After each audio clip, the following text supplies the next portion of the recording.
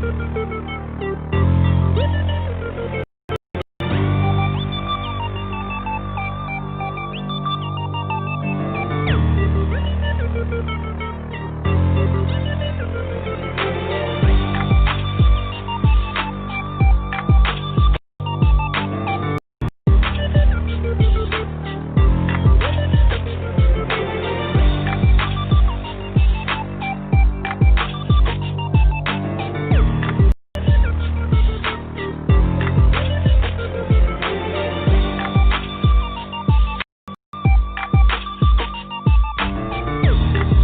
now, Turnbuckles, Trunks, and Titles presents to you Nicholas London and Cue Ball.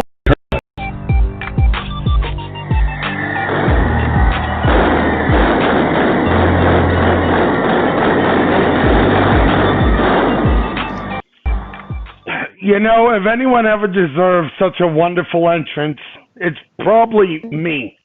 But enough said. It's me, and I'm here as always. I'm Nick.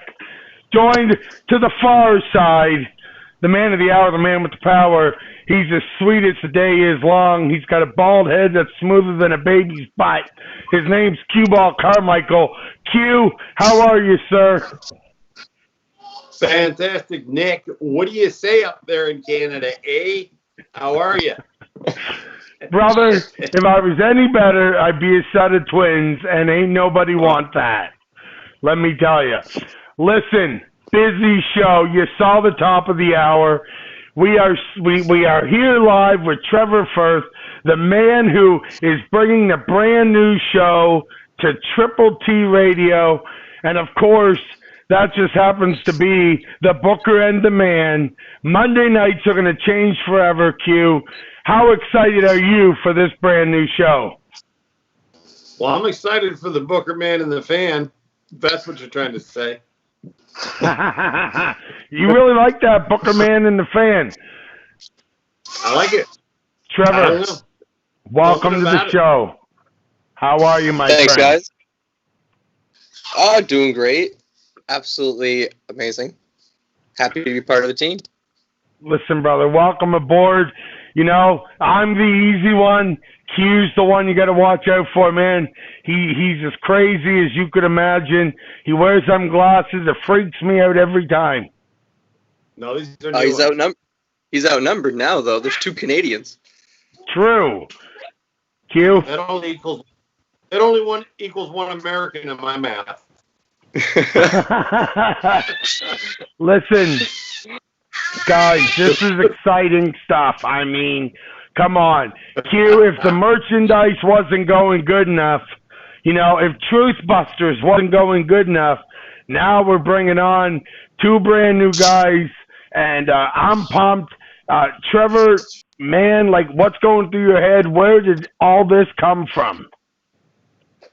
Well, actually, this is something me and my buddy Keith have been wanting to do for a long time. We just took an opportunity. I reached out to you guys, figuring more content helps both all of us out. You guys were generous enough to bring us on, give us an opportunity, and I think you're really going to be happy with the show. Well, I'm looking forward to it. Yeah, me too. It's exciting. You know, we started in last October with just us. We added Truth Busters in January, and now we're adding your show. And Triple T just keeps growing and growing and growing. And, you know, look, teamwork makes the dream work. We're glad to have you guys aboard. I think it's going to be a very interesting perspective and a different, unique, and bold look at professional wrestling. Well, we're going to try and do something a little different than what most people. I feel like when you watch most like review videos, right? It's like, oh, we're going to rank it. We're not going to bother with that. Like we enjoy the match. Was it like an 8 out of 10 or like an A+ or like we don't care about that stuff. We break down the matches.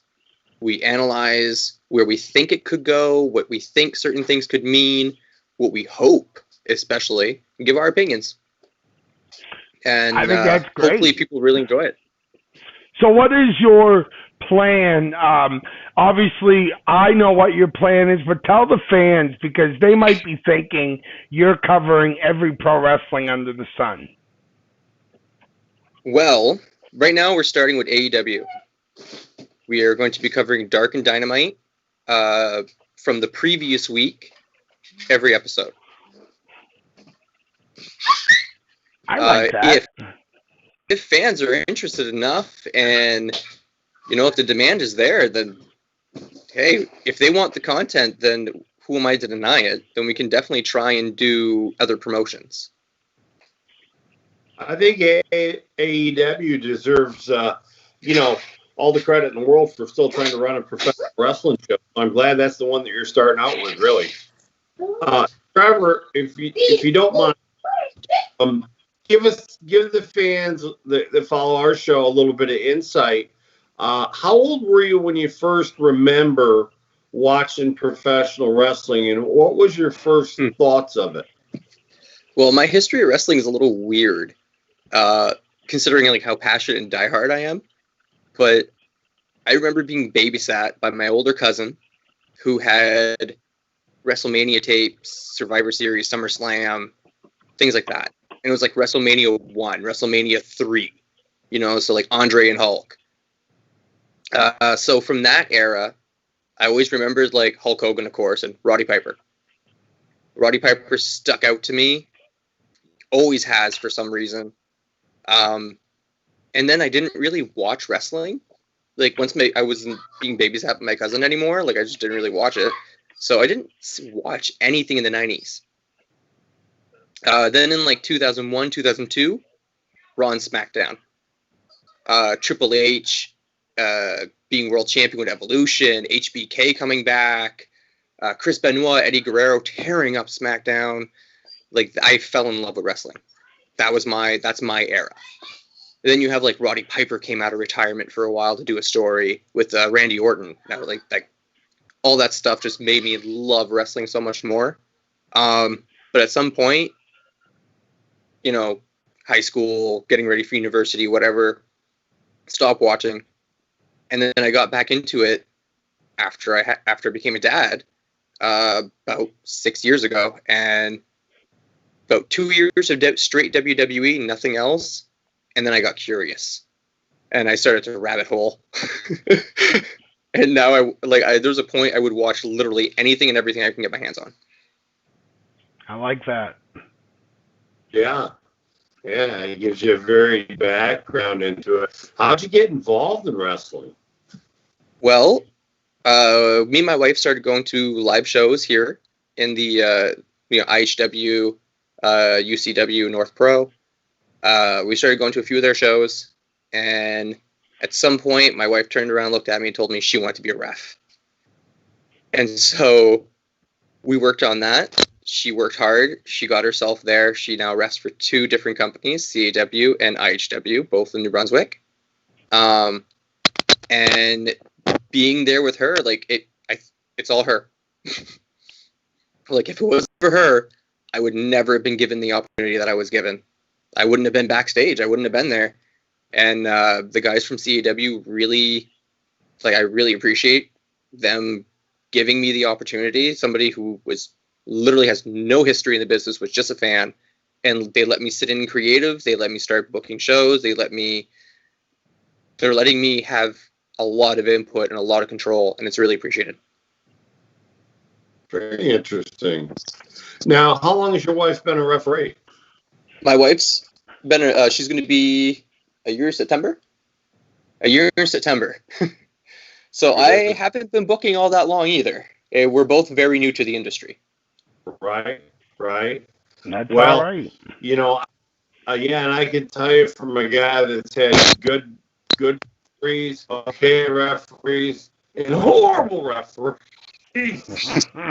I was asked to train the guy that owned Steel City Wrestling, which was big in the 90s, had Fox Television, 7 o'clock on Friday nights.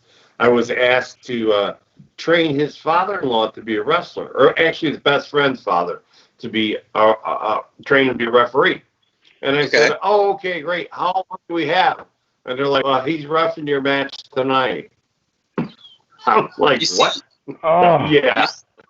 You see, if you would have had my wife as your ref, we had no issues. Yeah. And well, here's the thing. He actually turned out to be a really good referee. But, I've had guys that, you know how it is.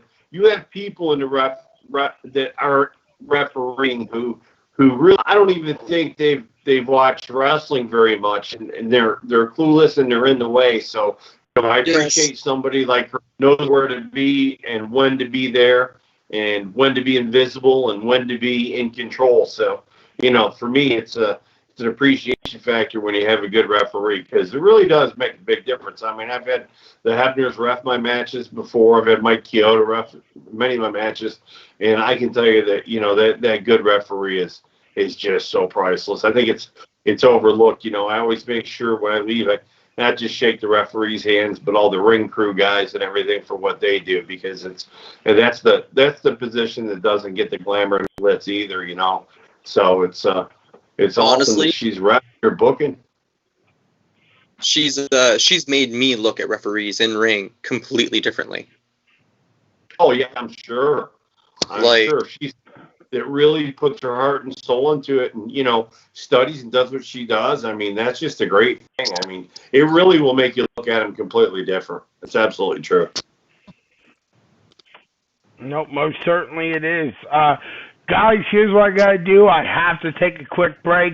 When we come back, though, we're talking more with Trevor. We're going to talk a little more about his show, controversies, different things. There's all sorts of stuff in professional wrestling.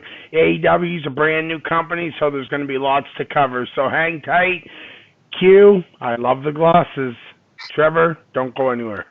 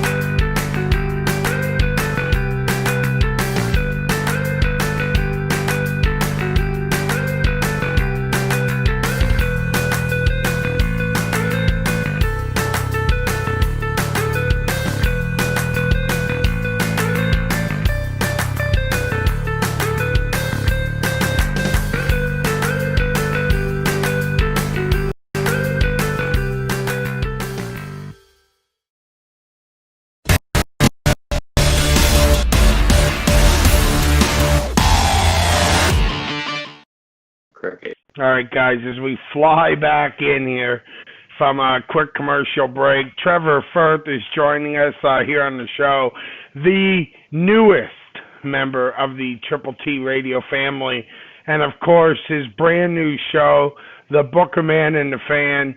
It's very exciting stuff. I cannot wait to see where this heads, coming to the Triple T Radio Network on Mondays very soon. So, Trevor, just kind of give me a rundown of, what are some of the things that you feel are very important that you want to cover? Obviously, the shows themselves, but what about individuals, maybe like a show on Chris Jericho or maybe a show on the Young Bucks? Is that something that's being considered? Absolutely. We're thinking of taking, depending... We're trying to give ourselves a time limit for the show, of course. And once we break down the entire show, the Dark and Dynamite for the week, we're going to take whatever time we have left, and we're going to go over a topic our favorite wrestlers, why, or our favorite promotions growing up, or different things, just so the fans get to know a little bit more of us, I guess, as we go along. I think that's great. I really do. Q, really quick, just a quick question for you. Got lots of good feedback on last week's show, man.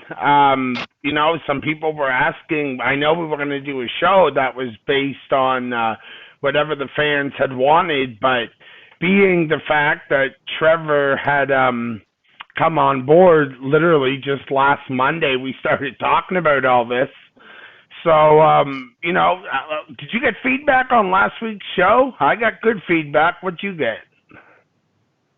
I got good feedback too. Everybody was really a lot of positive feedback, a lot of questions, which was great. I think it was probably one of the shows that we've got the most feedback in. Well, I can't address this enough to fans, Q. The official Q Ball the Q Ball T-shirt. Now I know it's out right now, but I am redoing this sucker. Okay, so if y'all haven't bought one yet, just wait a little longer. Hopefully no more than 48 hours, because I got a deal for you. If you thought he looked good now, wait till you see him on a shirt. Q, well, it's true, Q. A lot of people respect you. A lot of people love you. You got a lot of fans. Joe wrote right in the comments that, he wants to know if you found that Q Ball shirt. You know what? I'm going to make sure Joe gets a nice shirt. Joe, you wait a little longer, and you're going to get a nice shirt. You know what Joe is looking for? Joe is looking for an old CWO shirt.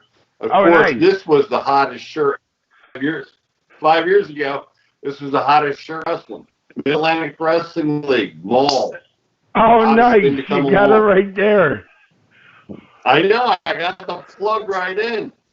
That's awesome. I was ready. These things are coming back because we are planning to do another. Are you ready for this? Breaking news. As long as I can get his sister's consent, we're planning to do another Buddy Landell Memorial Cup. And it'll be presented by who? Mid-Atlantic Wrestling League. So, there you go. No way. I get a lot of requests. Yeah, I get a lot of requests for the old Q Ball shirts, the CWO shirts, the Q World Order, which was funny. They were a spoof, right? Because it was kind of funny. It said Carmichael 7-Eleven on the back and CWO on the front. Now, these shirts were out in the 90s. And if I go wrestle in Pittsburgh, people will still come out and wear those shirts. They haven't been on the market since 2000. The CWO was a spin on the NWO, the Q World Order.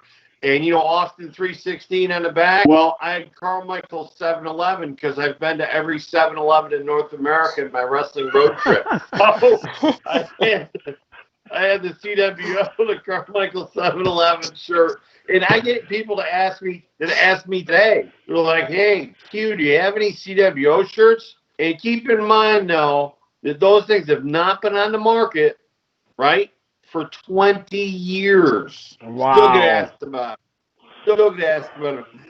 Buddy Landell helped me with that one. He wore that one on Smoky Mountain Wrestling. He wore a CWO shirt and a CWO hat, and he put me over big, and the orders were just crazy after that. So a lot of help from my friends. A lot of my friends wore the old NWA Wild Side. My friends wore them on that show.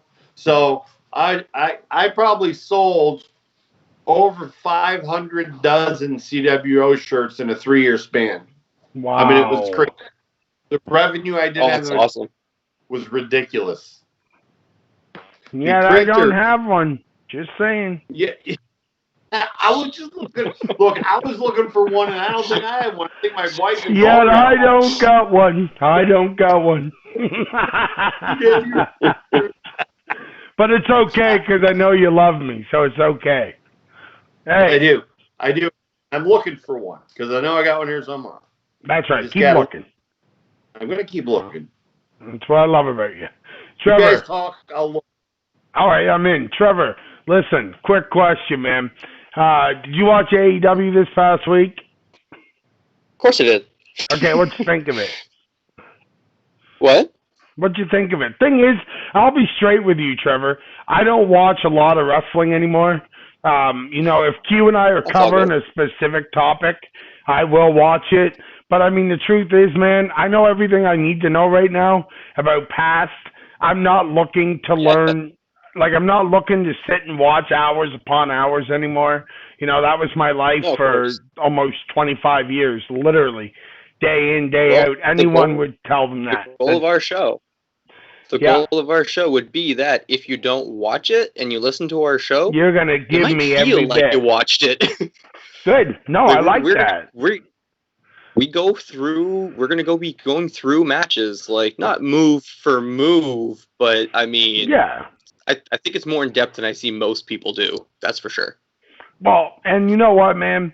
That's the plan, right? That's what you want. You want people to say, hey, I'm not watching AEW this week, but that's okay because the Booker Man and the fan are on, and I'm going to know everything that happened. Yep. Tell the fans what your plan is as far as the merchandise. Will we see you and your logo on the merch stand eventually for Triple T Radio? Well, my buddy Chase designed a amazing logo, and absolutely. It would be a shame if we didn't. It'd be an absolute shame if we couldn't bring that logo to people, right? Yes. I love the logo. In fact, I love it so much, I'm going to, if you guys would be kind enough to just give me 1 second, I'm going to see if I can just kind of, I know you guys have seen it at the end of the video, but you guys deserve to see it. It is honestly one of my favorite logos. I love it. So I think your first question then, while you're doing that, this past Dynamite was Fighter Fest Part 1, and they had 3 out of the 4 titles on the line.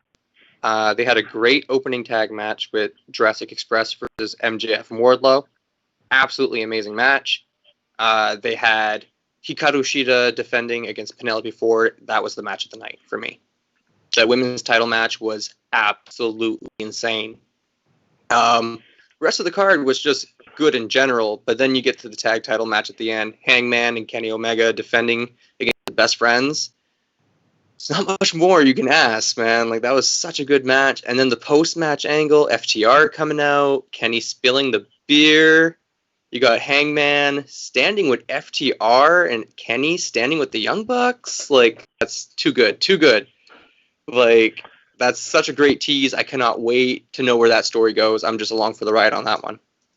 Well, so really quick, I'm going to give the mic over to Q. But, guys, as you can see, it is on the page right now. It's on your screen. The Booker and the Fan that breaks down the world of AEW. So there it is. I love it. I absolutely think it's tremendous. So, Q, why don't you take her away? See what you got in mind here. Sure. If I want to find out you watch AEW, I want you to give me your top baby face and your top heel and why. For your top two of each, if you want to. Okay. I'm going to say, first of all, I love how AEW, the terms heel and face are very loose. Very. Depending on the character, depending on the story. I feel like a certain wrestlers can pull off being a heel one week, face another week. So when it comes to favorite heels, Chris Jericho and Sammy Guevara. Those are my top 2 heels right now on AEW. Those, like, MJF is very close, but Sammy, I love Sammy's high flying style, so it puts him a little bit higher for me. Right. But those are my top 2 heels. My top 2 baby faces, that one's hard because I feel like they don't have any real pure baby faces other than probably Jungle Boy. And Jungle Boy is amazing. So I'm excited to see what Jungle Boy is going to do in the future. So I'm just going to go with him. How about the women's division, though? It was pretty strong, huh? Women's division is, in my opinion, that's AEW's weak point. It is getting better, absolutely, and I'm giving Kenny Omega and Brandy Rhodes the benefit of the doubt with this one. Give them time. They've changed. They've been reacting to what they say. Fans don't like certain things. They changed it. They tried something else. Great. So I'm hopeful. Britt Baker is the best thing in the women's division. She's not even wrestling, and she is by far the best thing in the women's division right now, and that's really surreal. And then because of that match, Penelope Ford came out looking like $1 million after that match against Shida. She lost, but it doesn't matter. Doesn't matter. She looks so strong coming out of that. And that's the thing, as well as you know, is it's very easy if the match is done right to go under and still come out looking strong. If it's the whole key is it's got to be done correctly. So, but I think you know what I like about their women's wrestling, and I've seen a bit of it, a little flash of it with WWE, is to get back to actual women's wrestling. You know, for a long time it was almost the WWE.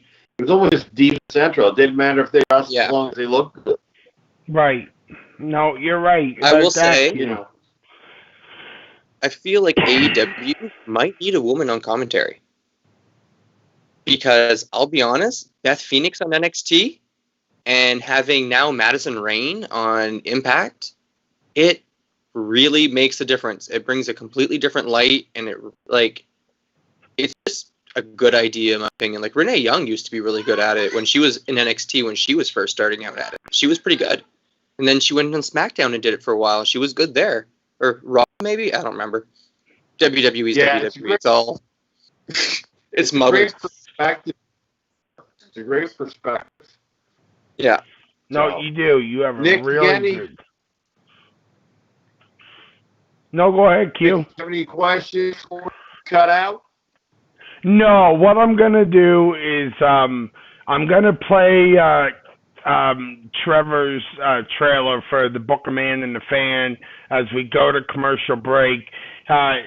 Trevor, I hope we see you soon on the Triple T Radio Network. I'm excited.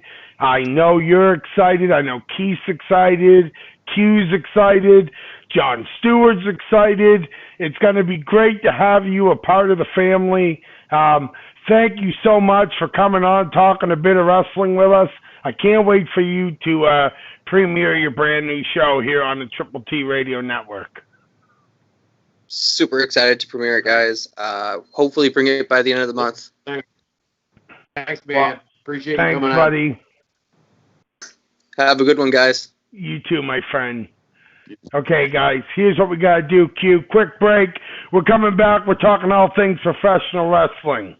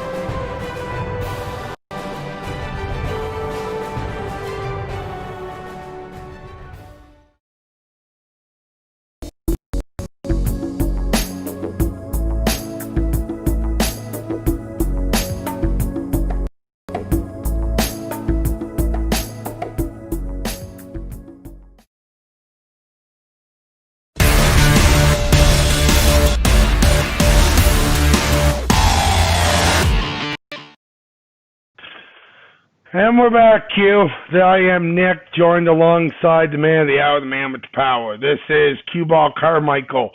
Q, We had a great show talking to Trevor. I absolutely love the guy. I think he's tremendous, and I really do believe his show is going to be a hit on this network.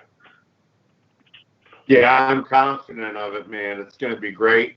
And it's great that he's covering a fledgling promotion like AEW, too. I think it helps them. It helps Trevor and Keith. I think it helps AEW. I think it's a symbiotic relationship. As their fan base grows, it's going to help each other. So I think it's going to be great. Yeah, I do too. I totally agree. So really quick, guys, before we get into the world of professional wrestling, I want to talk to you guys really quick about the Triple T Radio merchandise, the Triple T Nation, if you will. We're going to get everything rolling. We're going to have everything flying off the shelves here. You guys know where to go. Go over to TripleTRadio.com. Click on the merch. Check it all out. There is more than enough stuff there. You've got, man, you got birthday gifts, Christmas gifts. You got Easter. You've got everything. I think the only thing we don't have over there is a custom-made car, which I'm sure that when Q-Ball starts getting these royalty checks, he'll buy one. Move it over this way just a little. Freeze. What is that? It's a circle. That's it? That's it. Just a circle. I'm in the middle of selling folks on the greatest thing in the world. You showed me a circle. My God, this is why we're no tight. end and no beginning. No beginning. I thought you were going to tell me it was like Ric Flair's first wedding band, which would be believable because he probably lost the first 8. Just kidding, Rick. I'm kidding. That's not right. Then why are you laughing? He listens to the show. That's okay.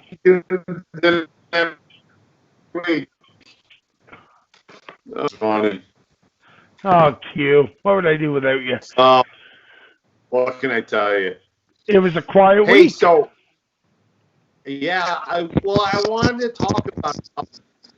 And got a guy from my neck of the woods who I thought was going to be just a mega star in professional, just a mega star. And he was on the independents. He impressed me more than anybody. He continued to impress. He was in WWE. I think they could have made better use of him. And I'm about a guy who's a big dude, 6'7", 6'8", by the name of Brody Lee. You know what I'm talking about? Yep. Man's a monster. Man's huge. First time I saw him wrestle, he was wrestling from really close to my hometown, correct? You listening there, Nick? Yeah, he's from, A great gimmick, a t-shirt, blue jeans, and one of those red gas station rags hanging out of his back pocket. Oh, yeah. Which is very similar to the Dups years ago. My buddy Mike Howell, listens to the show, wrestled and created a gimmick, and his partner, who I trained, Otto Schwantz, Murray Happer, who was Boda. And the Dups were the same thing. Blue jeans, cut-off t-shirt, gas rag hanging out of the back. I'm partial to that gimmick as weird as it sounds. And What? Years ago, you used to see that guy working at the gas stations when I was a kid. Back when the gas station, pump your gas and check your oil. Every once in a while, you'd pull into the gas station and you'd see this bohemian walk out. He probably spent 7 days a week in the gym, ate all his vitamins, did everything he should, and then he talked to him for 5 minutes and find out he's never been in the gym. And he just looked at that naturally. And he looks like he would just about throttle anybody. For me, that's a gimmick, a weakness that I have. I remember going to a gas station called One Stop Sunoco, and there were there that looked just like that, except he had grease on his arms day and just tough looking dude. When I first saw the gimmick, I liked it. When I first saw it with the dog.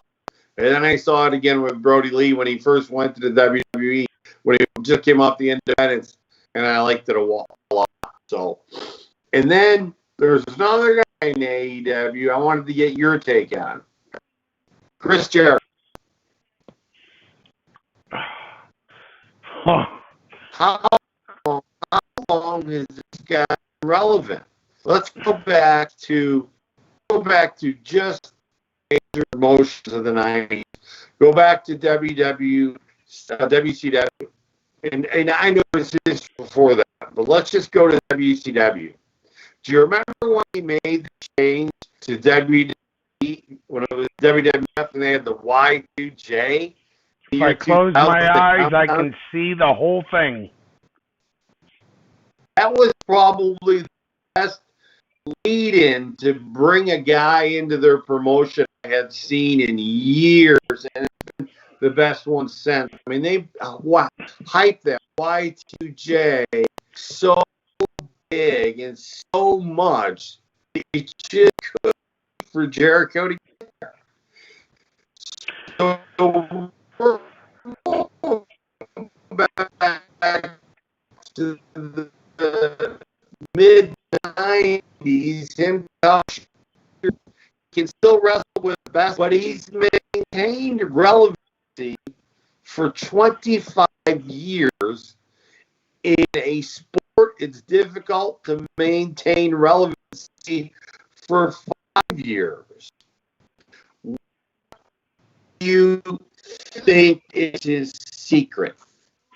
All right. Number one, that's a great question.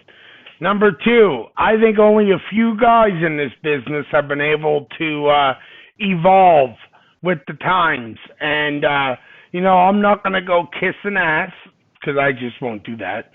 I think when I look at a guy like Hulk Hogan did it, Ric Flair did it, and Chris Jericho has done it.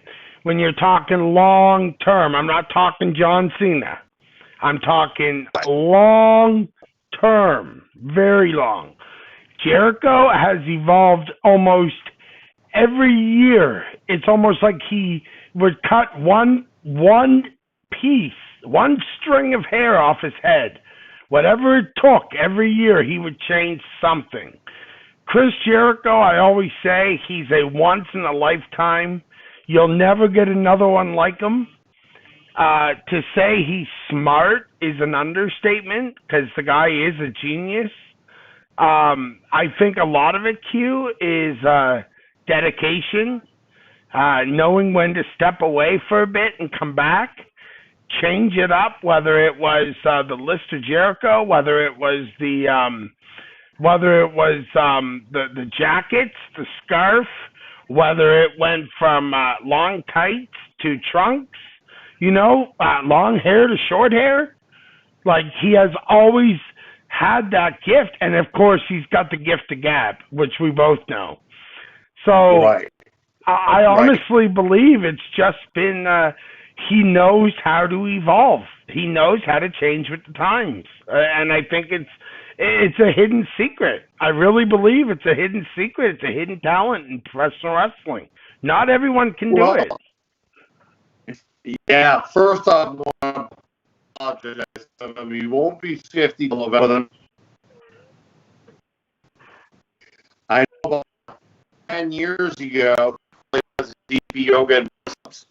I think that's helped because he's taken the joint, but I had also learned to do something many people have learned to do in business. The average millionaire has 7 streams of income.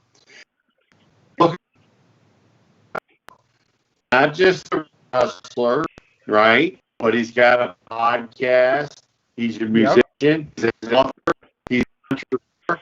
He has learned to diversify. And I think by diversifying, he's done a couple of things. I think he's taken wrestling fans to his music.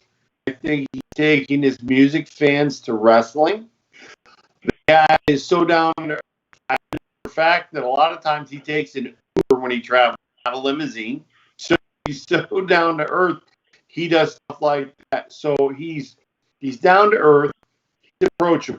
He appreciates people. He's a class act. He's diversified as time has went by.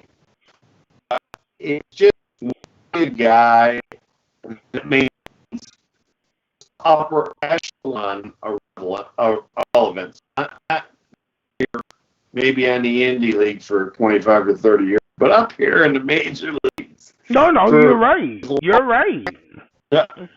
It's, if you think about the people that have stayed relevant for 25 years, names like The Undertaker, Ric Flair, Hulk Hogan, and then you start to search for names like Andre the Giant did it for a very long time, but relevancy at this level, I'm talking about really never even falling the mid-card stat. He's always stayed at his game.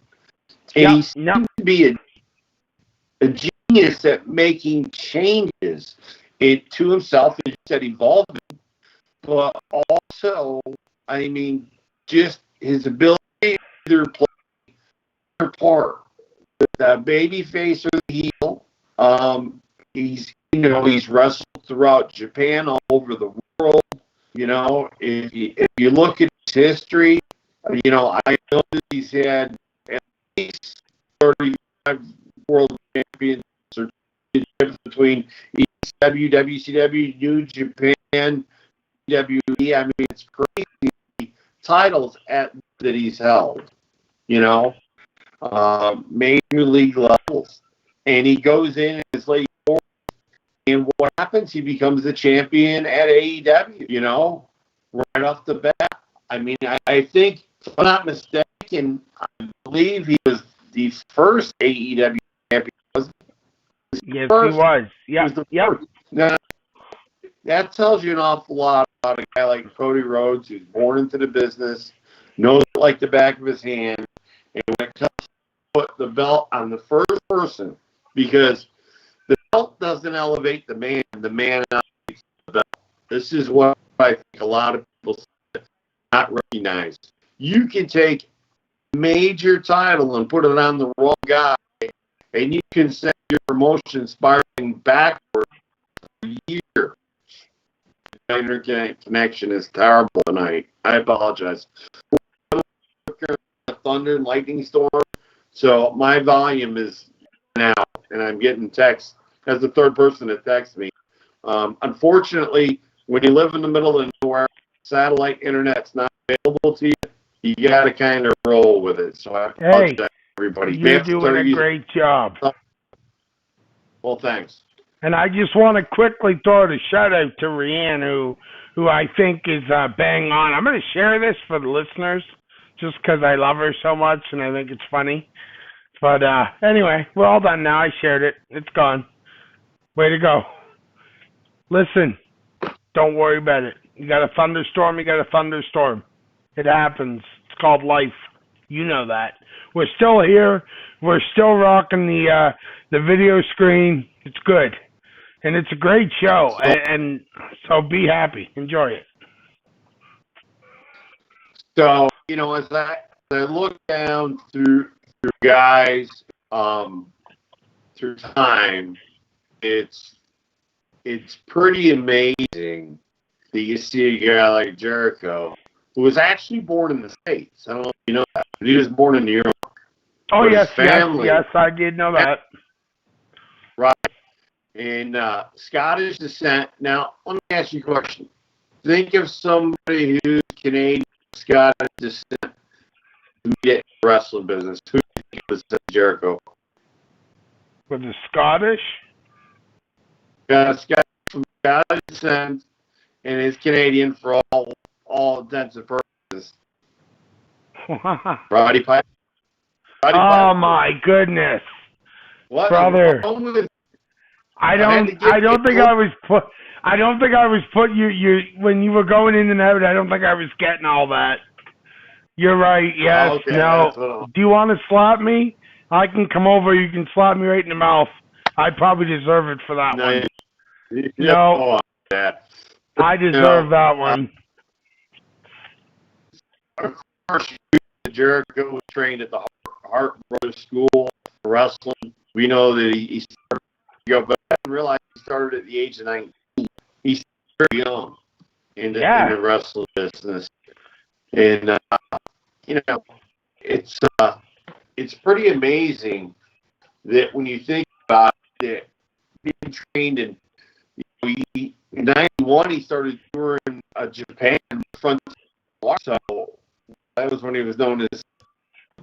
I mean, just about it for a minute. This guy's been relevant for 25 years, and the list is small. That's why I keep bringing it up. If you think guys that had great runs, that were stick at the top of your mind, there were guys that came from overseas. There was like bushwhackers that were the sheep herders before they were the bushwhackers who worked the territories. And territorial success, it wasn't uncommon for us to work in territories and to become successful, which they got with Vince in the 80s and in the late 80s, early 90s, early 80s. But it was very difficult for guys to become, now he's in his third successful promotion, AEW, which my buddy Ben is there now too, which is kind of interesting. So, it's got a lot. I was going to the test roster of AEW, and I thought they really got a who's who. A good friend of mine I've known since 93 when I wrestled in Windy City in Chicago. Chris is there. So, I mean, it's got a great bunch of guys. The promotion is really, I follow a wrestling on TV. When we have something that's going to be pertinent to the conversation, I'll watch or catch up on what I have. But if you look at Gunn and his son are there, it's really crazy. Oh, it is. It's sort of crazy how many people that that Vince should have kept for life and didn't. Jericho's one of those guys. You give him a contract and you keep him happy and you're paying for life. Billy Gunn the same way for me. He's a guy that spent the bulk of his career with you. A guy who's amazing, and you keep people. And I've noticed in the last 10 years or 15, the amount of talent that has escaped from the WWE. Some of them went back, but you get guys in the middle of programs. I mean, where's our buddy Luke Gallows? Yeah, boy, you ain't kidding. I mean, he was right in the middle of a program up there that was the biggest thing they had kept down the pike. He got one day, him and Carl Anderson are gone.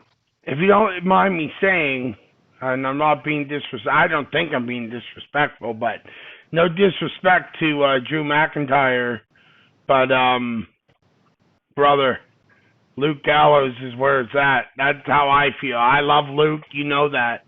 I know you and him know you guys are tight. I love Luke, and I've had numerous conversations with him. So, yeah, I'm with you. All the way. So. Mark guy. Virginia moved to New Jersey to be closer to the action when it was happening in the late 90s, early part of the millennium, 2001, 2002. Really transformed his body. I mean, unbelievable. The changes in Luke Gallows since he was Festus, I mean, it doesn't even look like the same guy, No. You're right. 5 years, You're right. 6 years ago, it's unbelievable. It's I'll hear a lot of people tell me, "Oh, wrestling and committed," but as time goes by, they don't make the improvements a guy like Luke Gallows does. They don't dedicate themselves to the gym. They don't transform their body. I'll tell you one who's been on our show before that has a great move out called Journeyman. Oh, baby. Frankie Siaz, man. I mean, I'm telling you something. That changed his body in about a 1.5 year period of time, and went from looking like, a small version of Miguel to just being Diesel. I mean, he committed himself. Yeah, no, you're right. And I think if you're passionate about wrestling, you're going to make the commitment to it. And I tell everybody, if you love wrestling, the way that you say you love wrestling, understand what position you should have in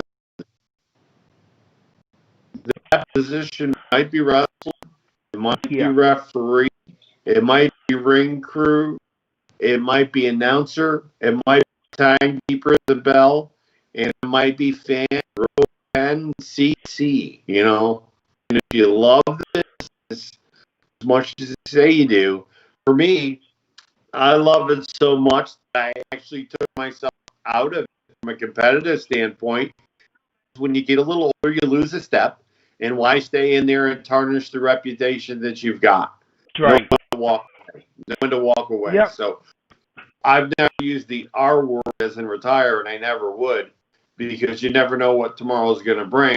And certainly, I think that my in-ring career is over, but as far as promoting and eventually having another school and things like that, I think that's definitely in my future, But understanding where my place is. Look, Joe and I trained Joey Mercury, we trained Christian York, we trained Shorty Smalls.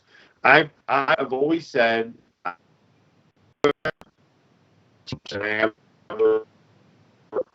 those guys that I kicked out there that went Otto Schwanz, guys that went out there, guys that I tutored like the Luke Gallows, didn't train, those guys, that's where it's at for me. That's where it's been for years for me, is to make sure guys get out there. Devin works for Ring Wars Carolina again, that's kind of my thrill. It's like if you watch an actor, like I had wondered what had happened to a certain actor.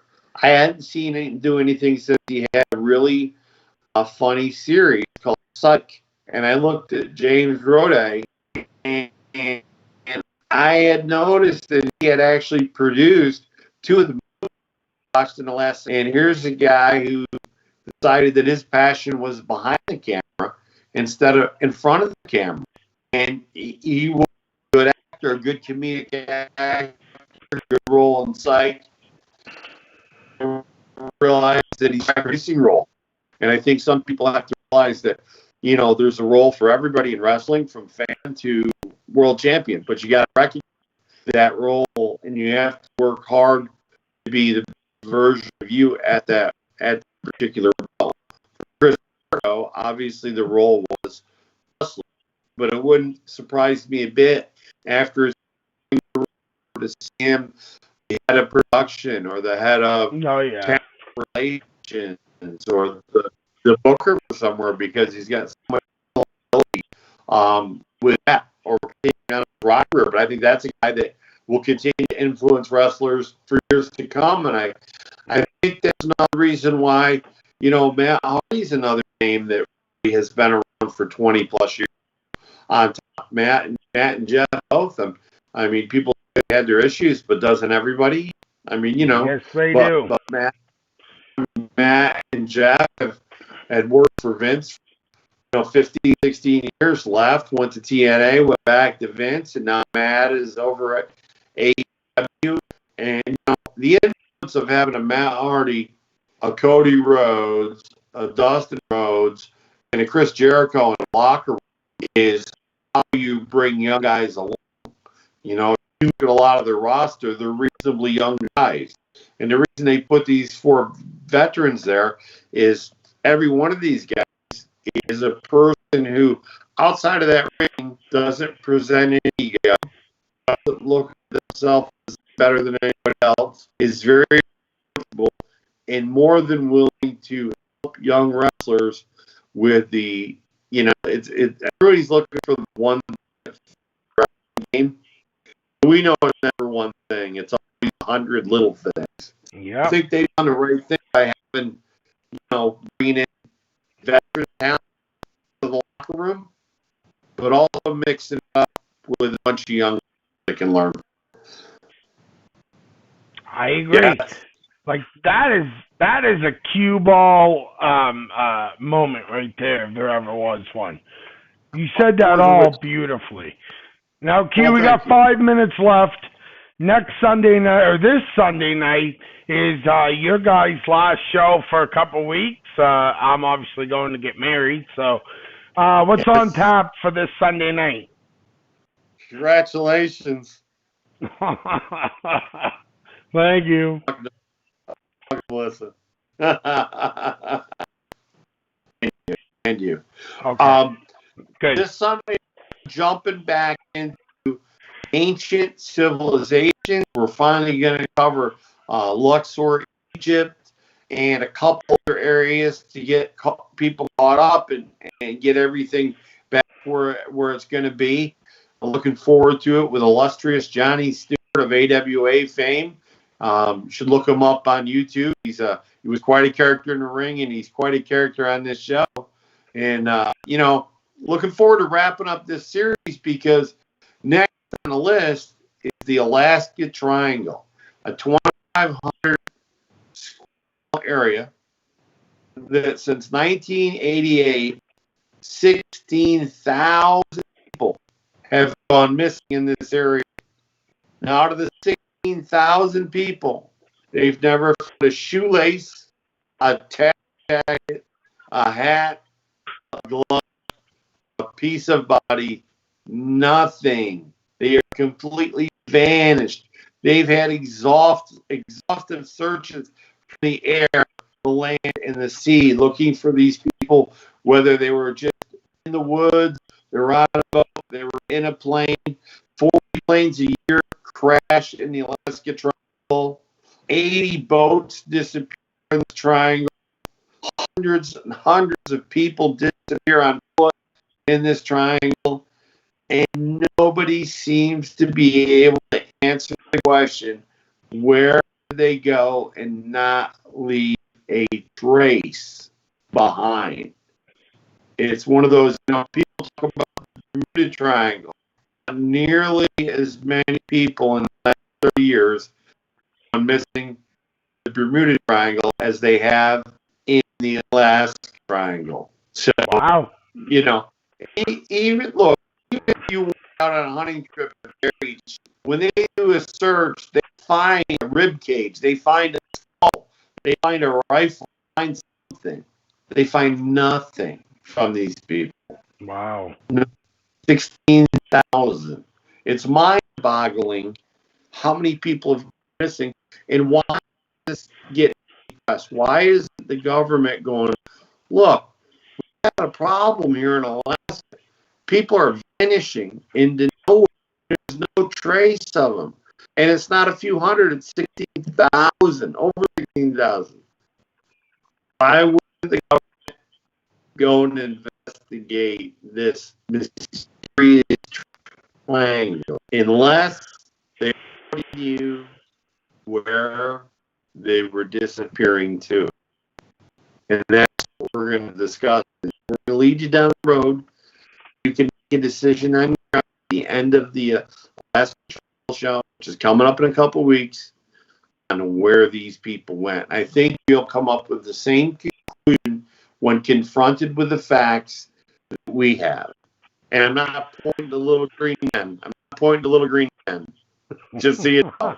So, I'm not pointing to the gray or the UFOs. We think we might have an idea what's going on. We're going to cover that in the show. Hopefully people will give us some input. That's going to take a couple of weeks. But this coming Sunday night, 8 o'clock, see radio, Space Live, on Facebook, on YouTube.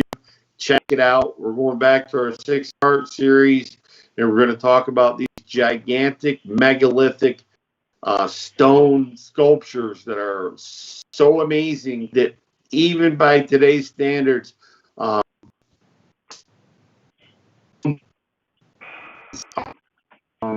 amazed and want to duplicate these 3,000 and 4,000 year old stones. So it's pretty amazing. Looking I forward to look it. forward to it. It'll be your last show before you go honeymooning. I can't wait. I know. Me too. I can't wait to see the video. All right, Q. I'll see you this Sunday night. Sounds good. Hey, thanks everybody for listening and following us. We appreciate it. Just a couple guys having fun talking about wrestling our way. Peace out. Peace.